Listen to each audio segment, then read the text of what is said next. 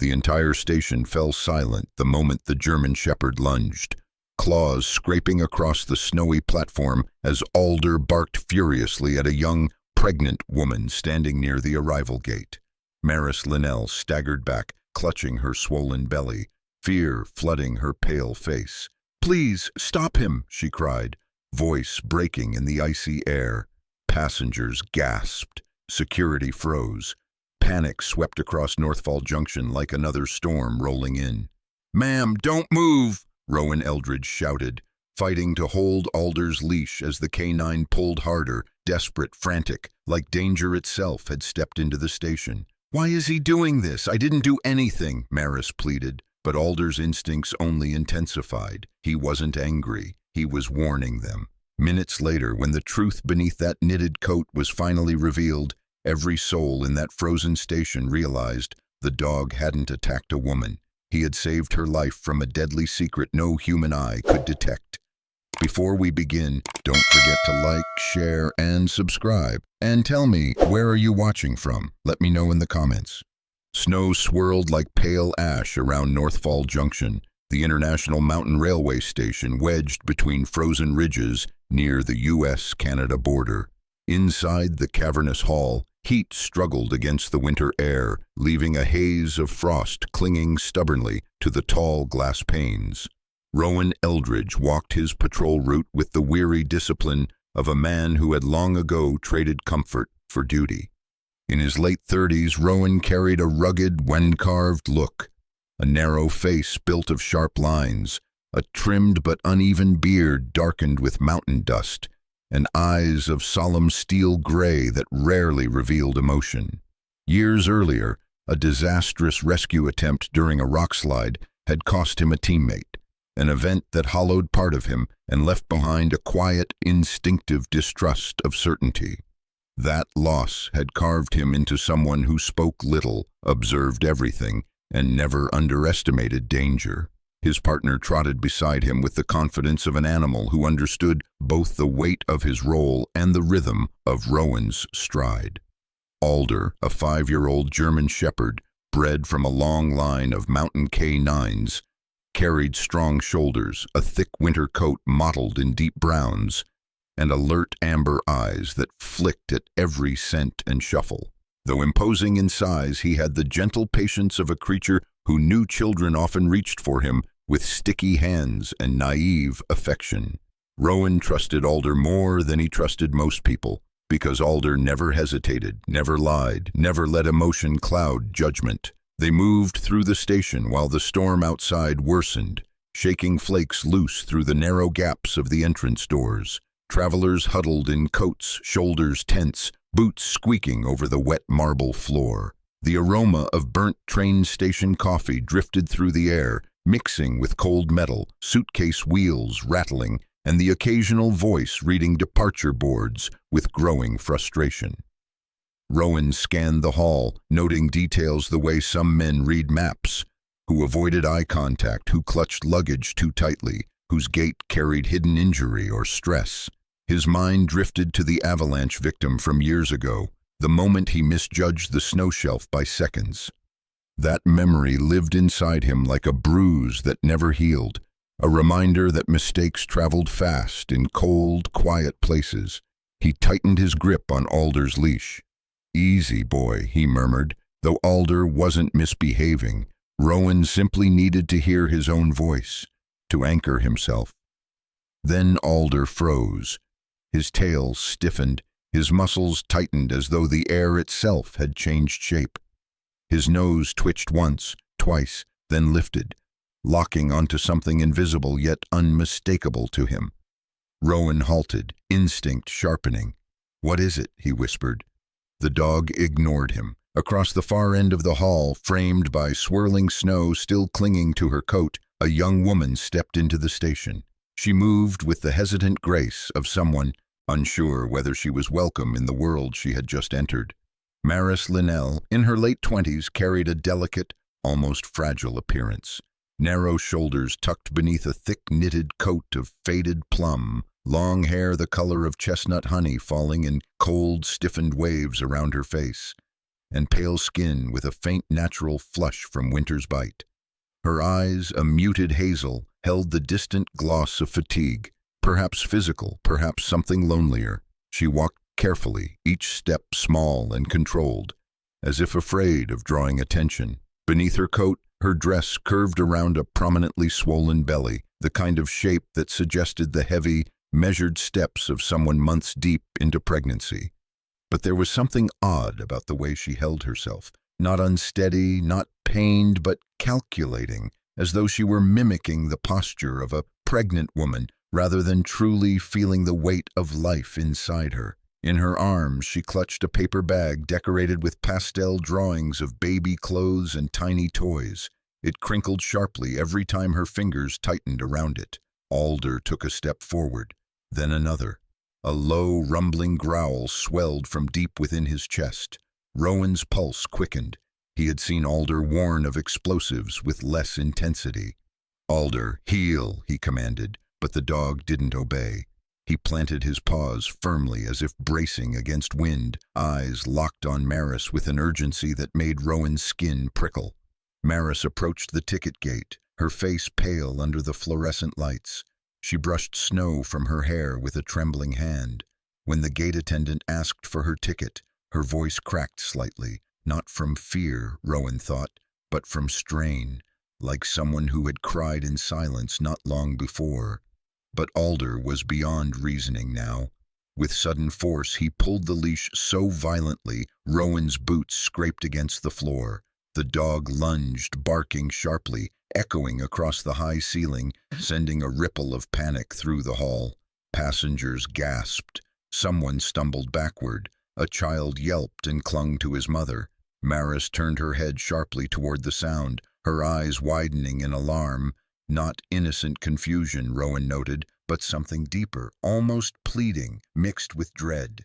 And in that moment, as the storm howled outside and Alder strained against the leash with every muscle coiled like a sprung trap, Rowan Eldridge understood that whatever danger Alder sensed was not merely present, it was approaching, wrapped neatly in the shape of a frightened young woman with snow in her hair and secrets buried beneath her calm facade. The descent into the lower level of Northfall Junction felt like stepping into the hollow ribs of an abandoned ship. Cold concrete walls rose on both sides of the staircase, their surfaces slick with condensation, as if the storm above had seeped into the bones of the station. Fluorescent lights flickered overhead, buzzing with the irritated hum of old wiring. Rowan Eldridge guided Maris Linnell forward, one careful step at a time, while Alder walked beside him, muscles taut, breath short, nose fixed toward her as though every faint shift of scent told him another part of the truth.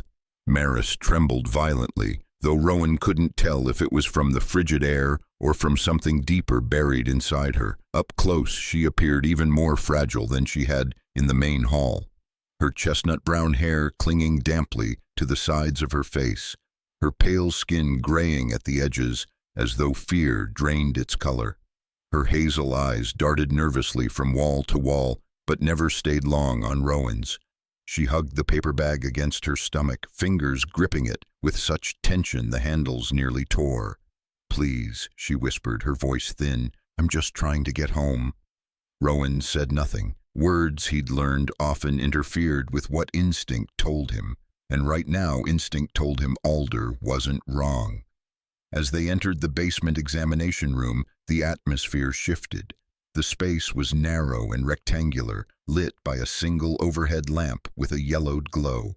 A metal table stood in the center, flanked by two folding chairs and a shelf of outdated screening equipment. The air smelled faintly of disinfectant and cold dust.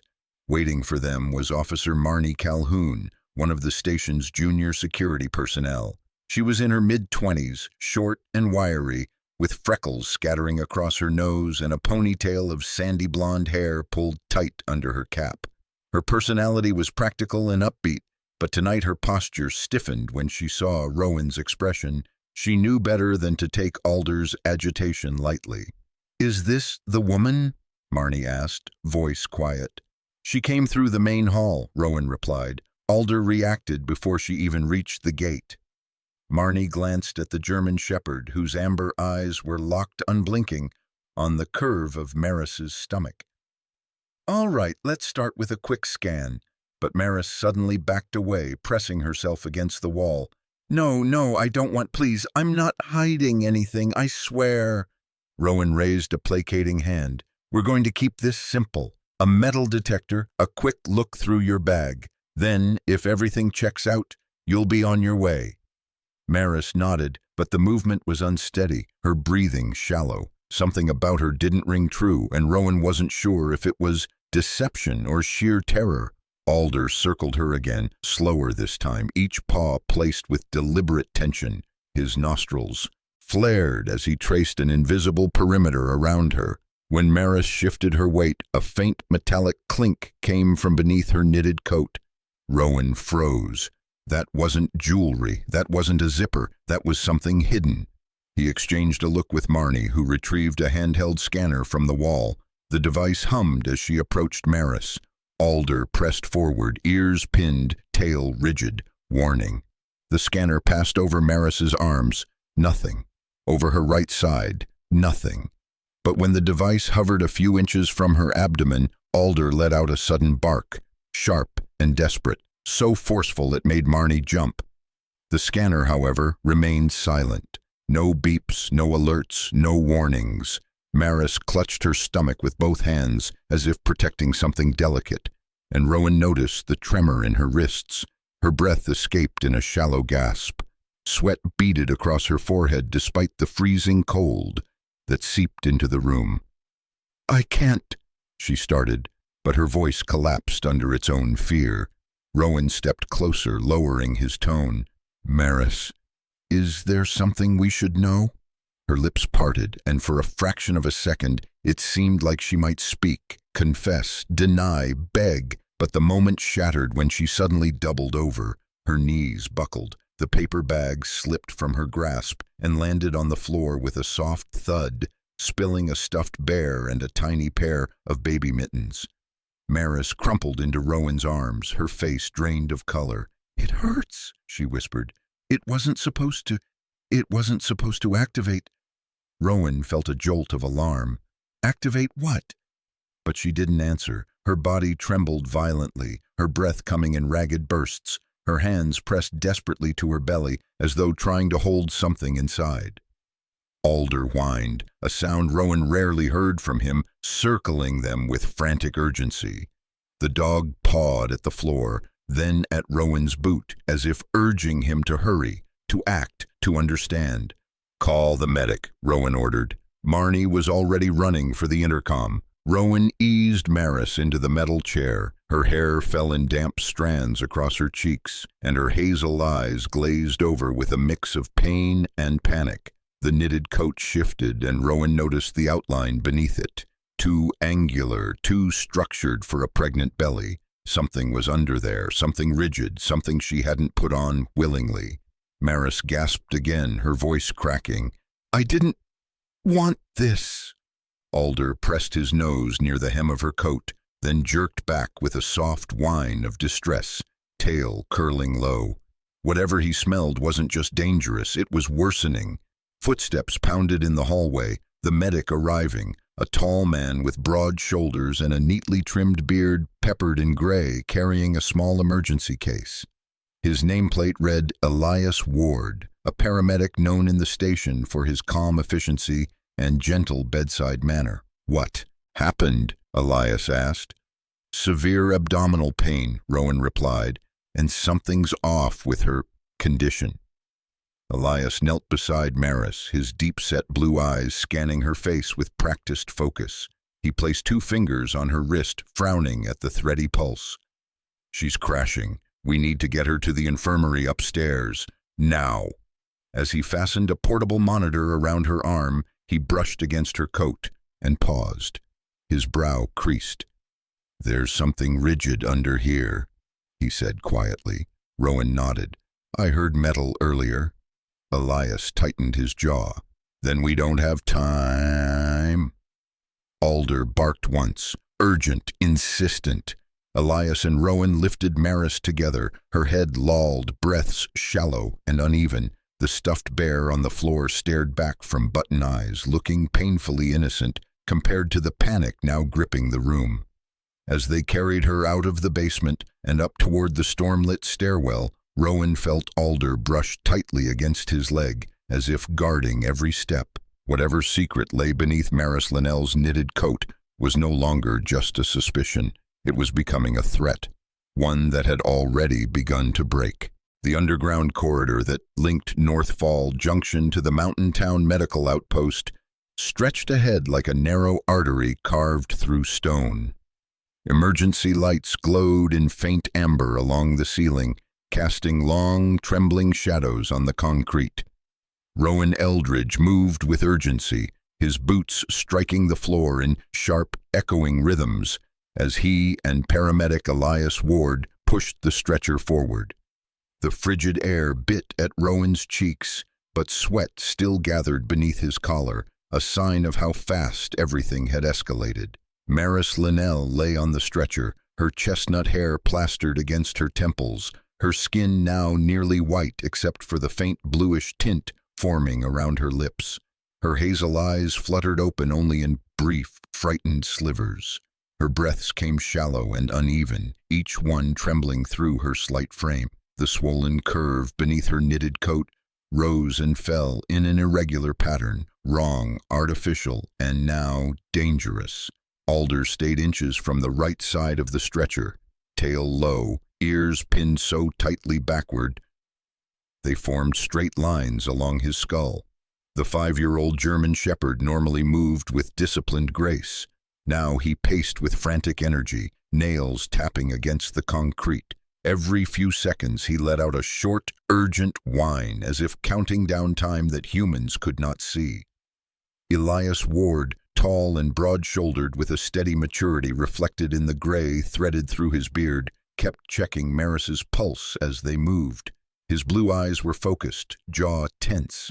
He'd seen trauma before, car accidents, frostbite victims, mining injuries, but something about the rigid form beneath Maris's coat unsettled him deeply. Her pulse is dropping, he muttered. We're losing precious minutes. Rowan swallowed his unease. Then we get her on the table now. When they burst into the outpost infirmary, the heat was almost suffocating. The room was small, 2 beds, a row of cabinets, 1 aging ultrasound machine, and a stainless steel surgical table illuminated by a single overhead lamp. The hum of the ventilation system blended with the faint howl of the storm outside. Standing beside the ultrasound was Dr. Merritt Sloan, a man in his late 40s with a square jaw, deep frown lines, and short black hair sprinkled lightly with silver. His wire-rimmed glasses perched low on a nose that had clearly been broken once, probably during his early years in field medicine. Known for his quiet temperament and unwavering thoroughness, Dr. Sloan rarely showed alarm. Tonight, however, his brown eyes hardened with worry the moment he saw Maris. "Set her on the table," he said quickly, his voice low but firm. They lifted her carefully. Rowan supported her shoulders while Elias stabilized her legs. As Maris lay flat beneath the lamp, her breathing hitched, and her hands instinctively searched for her belly. Rowan caught one wrist gently, steadying her as her fingers trembled uncontrollably. "You're safe," he murmured. "Stay with us." She nodded weakly, though the fear in her eyes only deepened. Dr. Sloan pulled the ultrasound cart closer, sliding gel across the device. "Let's see what we're dealing with." Alder stood outside the glass barrier that separated the operating space from the observation alcove. His amber eyes followed every movement, and whenever Rowan or the doctor touched Maris's abdomen, the dog barked once, short, distressed sounds that reverberated through the room. The screen flickered with grainy black and white static as Dr. Sloan began scanning. At first, Rowan saw nothing unusual, just blurred shapes shifting like shadows. But then Sloan adjusted the probe and the shapes solidified. His forehead creased. "That's not human anatomy." Elias leaned closer. "What is that?" The image displayed a rounded form, but its edges were unnaturally sharp, geometric. It reflected light in a way no tissue could. Beneath it, faint rectangular compartments sat arranged like stacked cells. A synthetic structure, Sloane said. Silicone or latex exterior and internal cavities. She's carrying a device. Maris whimpered, curling slightly to one side despite the pain. Rowan steadied her. "Tell us what's inside," he urged, his voice soft but urgent. I didn't know," she whispered, tears gathering at the corners of her eyes. "They said it was harmless. They said it was medicine." Dr. Sloane exhaled sharply. "One of these compartments is leaking. That's what's poisoning her." Alder barked, louder this time, and pressed his muzzle to the glass, pawing at it with desperate insistence. Rowan felt the tension coil inside him. Every instinct told him they were seconds from disaster. "We need to remove it now." Sloane nodded. "Prep for emergency extraction." Elias moved swiftly, powering the overhead lamp to full brightness and laying out sterilized instruments, scissors, clamps, tubing. His movements were steady, but Rowan could see the tightening around his eyes. He knew the risks of operating with limited equipment and no backup staff. As Sloane cut away the knitted coat, the reality of the structure became horrifyingly clear. Beneath Maris's dress was a molded silicone belly strapped tightly to her torso. Rowan helped unfasten the hidden clasps, while Elias steadied her trembling body. When the false belly came free, the odor hit them first. A sharp chemical sweetness that made Rowan's eyes sting.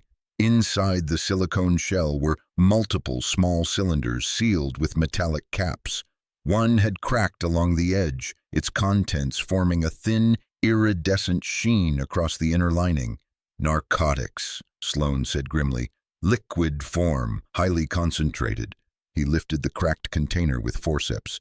"If this had ruptured fully, she'd be dead already." Maris sobbed weakly. I didn't want this. They made..."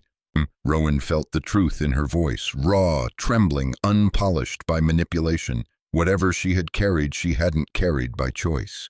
Alder whined again, this time softer, as though urging the humans to hurry and free her from whatever still lingered. Dr. Sloane began flushing the chemical residue from Maris's skin, instructing Elias to administer fluids. They worked in urgent, silent coordination while Rowan stood by her head, gently wiping sweat from her forehead. Her hazel eyes searched his face with a kind of terrified hope, as if she feared judgment but longed for relief. Minutes stretched like hours. Outside, the winter wind thrashed against the windows, rattling the frames. Inside, Alder pressed himself against the glass, as though his presence could hold Maris to life. Finally, Sloane stepped back. "She's stable, for now. We removed the worst of it." Elias exhaled. "She'll need observation, but she's going to make it." Maris closed her eyes, a tear escaping down her cheek. Rowan squeezed her hand lightly, not reassurance, but acknowledgement. Alder gave one soft bark, the sound low and relieved. The secret had been revealed. The danger had not yet passed, but for the first time since she collapsed, Maris Linnell was alive, and no longer carrying the poison meant to kill her. The storm outside deepened as dawn crawled toward Northfall, washing the mountains in shifting curtains of white.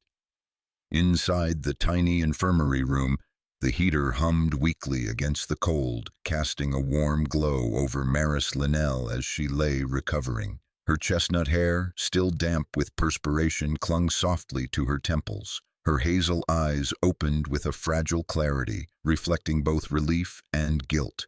She clutched the blanket with thin fingers, the veins beneath her pale skin still visible from the strain of surgery.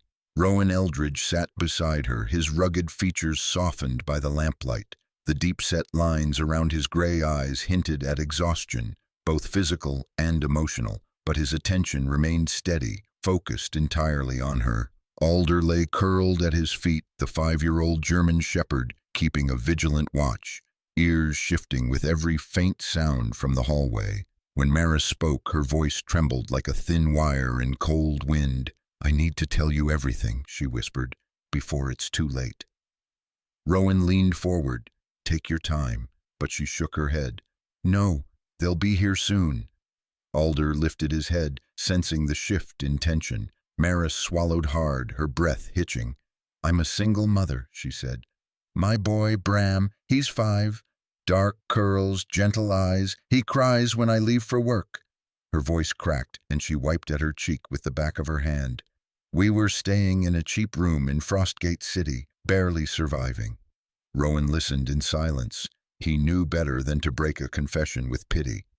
"That's when Corbett Hale found me," Maris continued. The name seemed to stain the air. "He said I could earn more in one trip than a month of cleaning jobs. He told me it was medicine, but then I heard them talking. They weren't moving medicine." Her breath shuddered.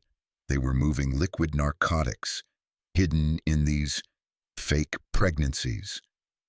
Alder let out a quiet rumble, as if recognizing the danger woven into every word.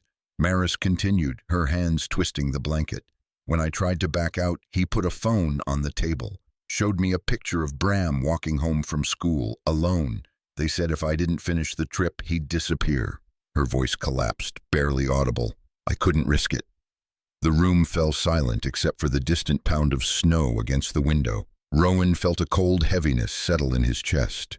He'd met monsters in many forms, but those who preyed on desperation, the ones who wrapped crime in the illusion of choice, were the worst. Maris inhaled shakily, gaining a fraction of composure. "There are 2 more women," she said. "They're on the delayed train coming in this morning. Same fake bellies, same shipments. They're supposed to meet Corbett's men in the freight yard." Rowan stood immediately. "Then we need to move." Elias Ward, who had been organizing supplies at the counter, turned. His tall frame cast a long shadow across the room. His blue eyes narrowed with concern. "She's stable, but don't keep her under interrogation too long. Her system is still fragile."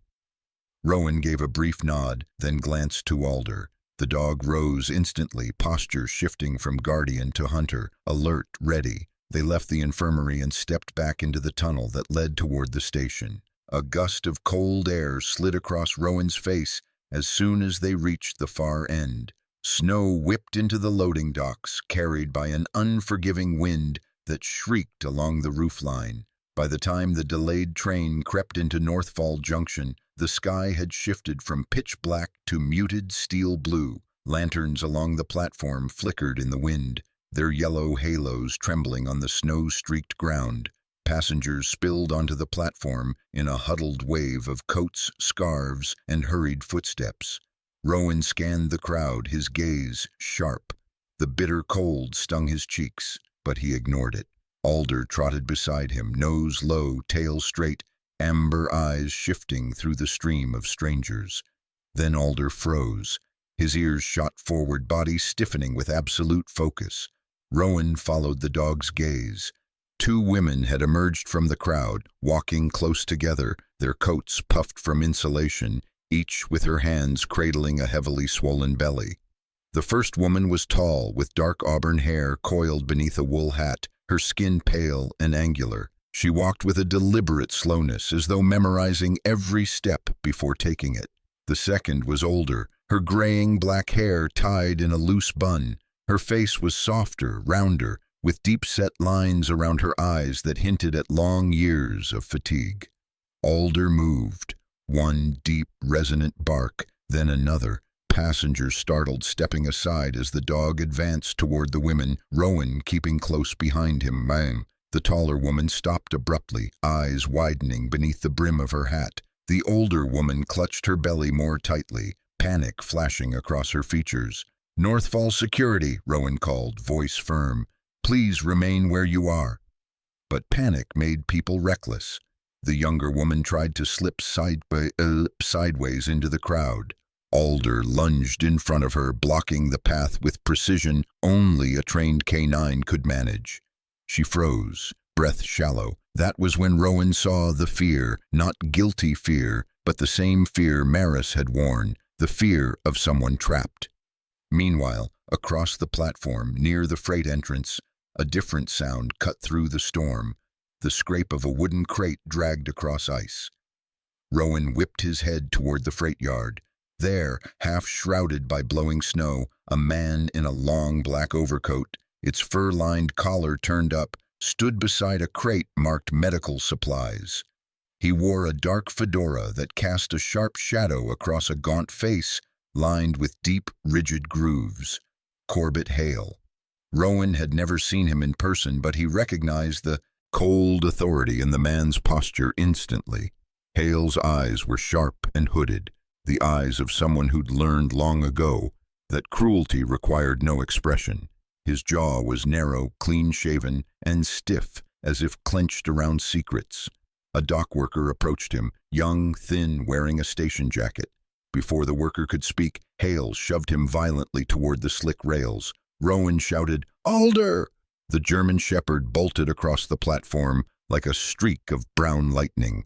Snow churned beneath his paws as he leapt, intercepting the dock worker just before he hit the rail. Hale turned, startled, as Alder landed between victim and danger, teeth bared in a warning snarl. Rowan sprinted across the snow. Hale attempted to flee, pushing through a row of frozen crates, but the storm slowed him. Rowan tackled him near the container stack, pinning him against an icy wall. Hale fought back, but Rowan's grip, strengthened by years of field discipline, held firm.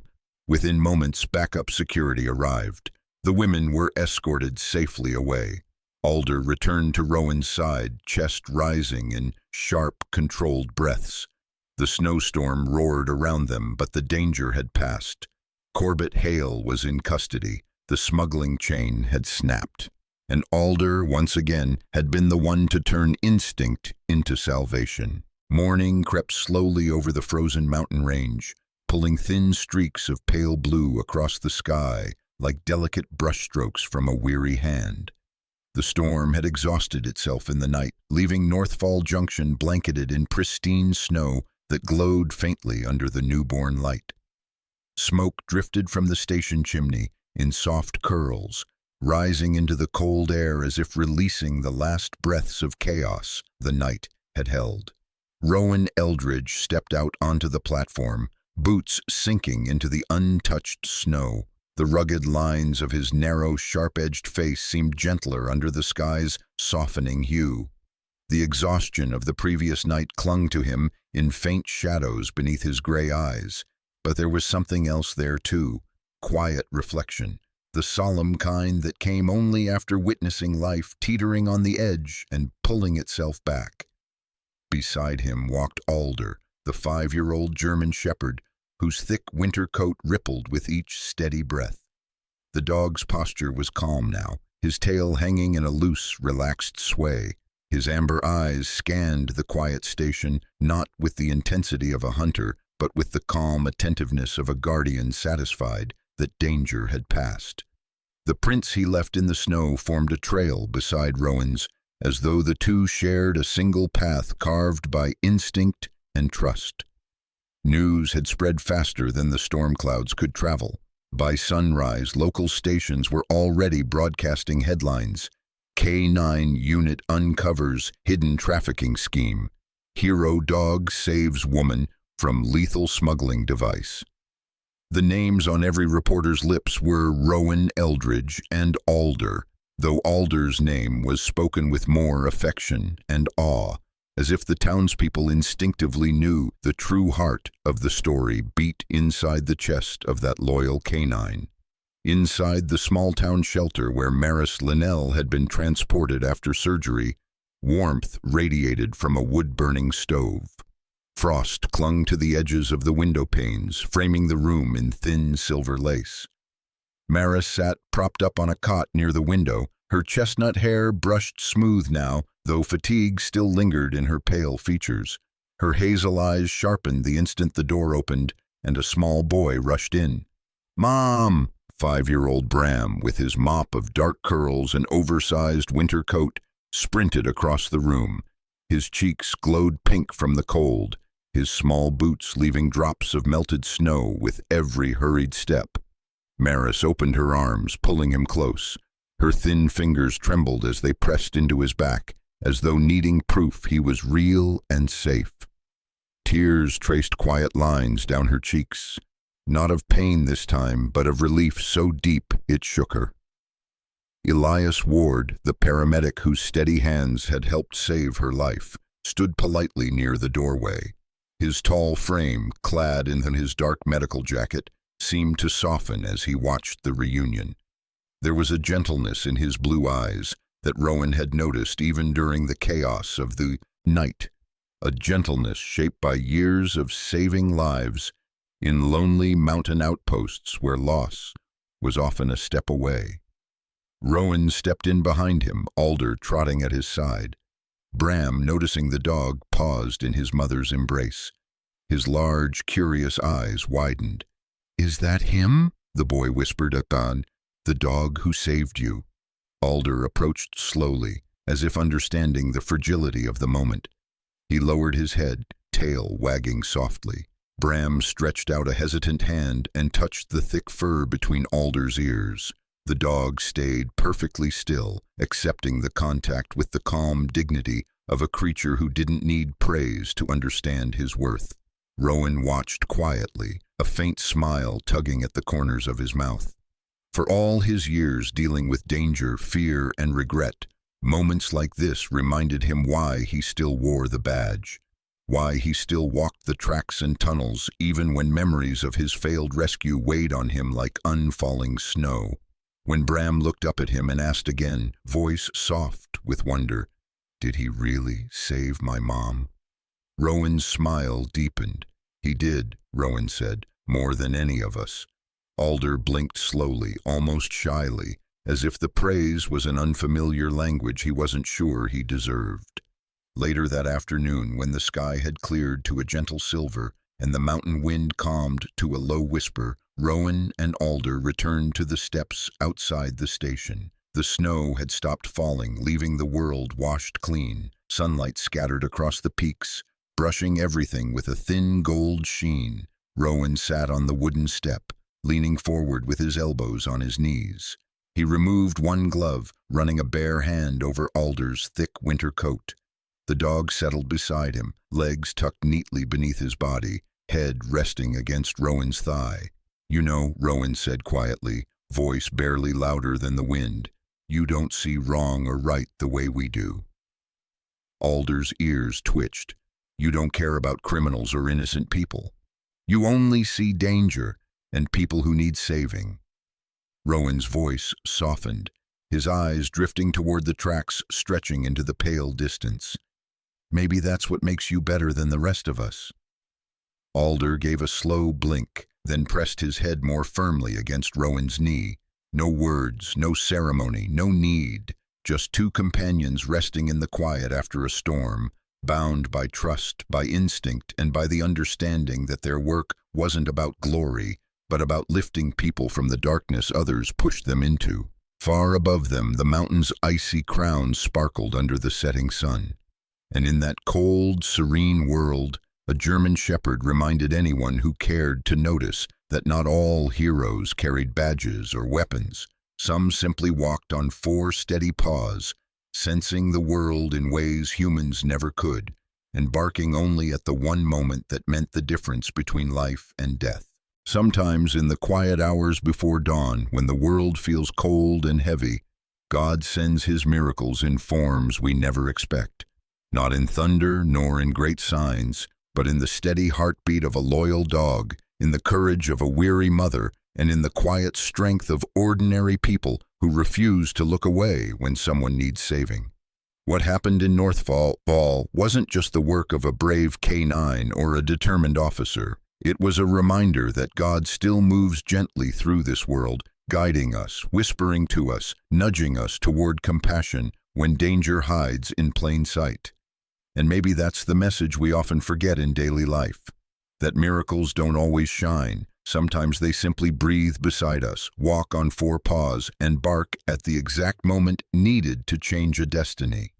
As you go back to your own day, your own home, your own worries, may this story remind you that God still watches over those who are hurting, lost, or afraid. May you feel his grace in the small things, the quiet things, the unexpected things. And to everyone watching, May the Lord bless you, protect you, and keep your family safe tonight. If this story touched your heart, please share it with someone who needs a little hope. Leave a comment below. We'd love to hear where you're watching from and how this story spoke to you. And don't forget to subscribe so you don't miss the next tale of faith, courage, and the quiet miracles God still sends into this world. May God's peace be upon you, your home, and every step you take. Amen.